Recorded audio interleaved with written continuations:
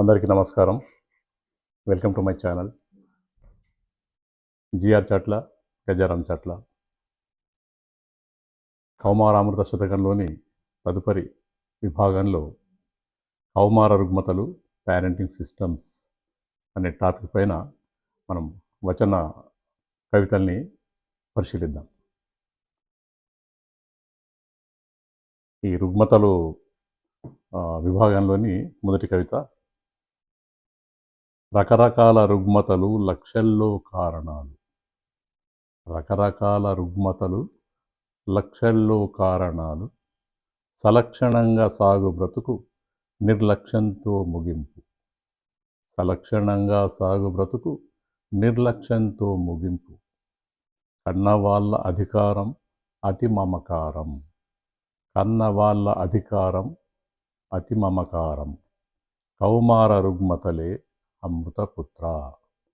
కౌమార రుగ్మతలే అమృతపుత్ర.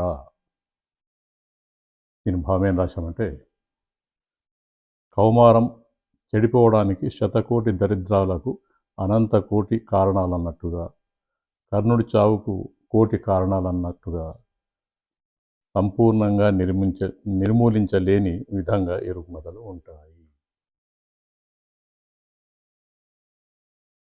మనిషి తల్లి కడుపులో పడిన రోజు నుండి వాడు శిశువుగా, బాలుడిగా, కౌమారుడిగా ఎదిగి ఒక యవ్వన స్థితికి వెళ్ళే వరకు అనేక రుగ్మతల్ని ఎదుర్కోవాల్సి ఉంటుంది.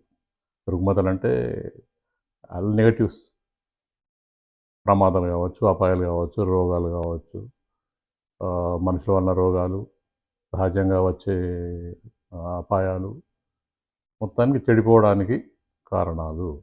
వాటిని మనం రుగ్మతలని అనవచ్చు. ఈ విధంగా 1,00,000 రుగ్మతలు ఉంటాయి.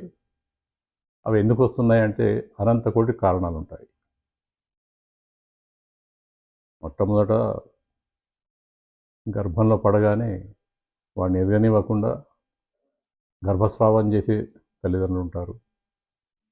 ఎదిగిన తర్వాత మున్సిపల్ చెత్తకుండిలో పారేసే తల్లిదండ్రులు ఉంటారు. వాడు పుట్టిన తర్వాత వాడికి ఎటువంటి సౌకర్యాలు కల్పించకుండా, ఆరోగ్య విషయంలో శ్రద్ధ చూపకుండా వాడి బాల్యాన్ని నాశనం చేసే తల్లిదండ్రులు ఉంటారు.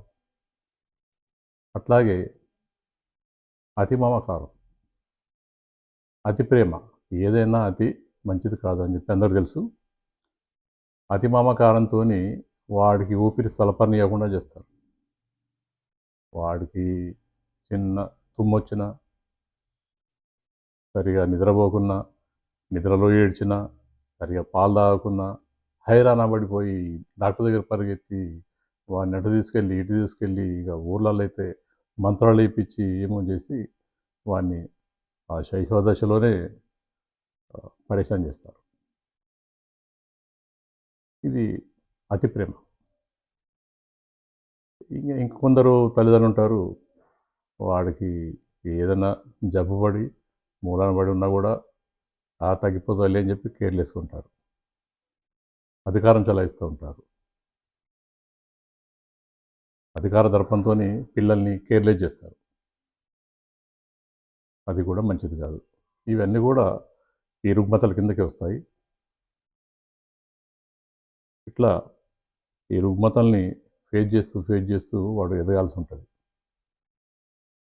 ఇంకా కారణాలు ఇంకేమేమి ఉంటాయంటే, కర్ణుడి చావుకు 1,000,000 కారణాలు అన్నట్టుగా ఈ పద్యంలో చెప్పుకున్నాం కదా, సారాంశంలో చెప్పుకున్నాం కదా.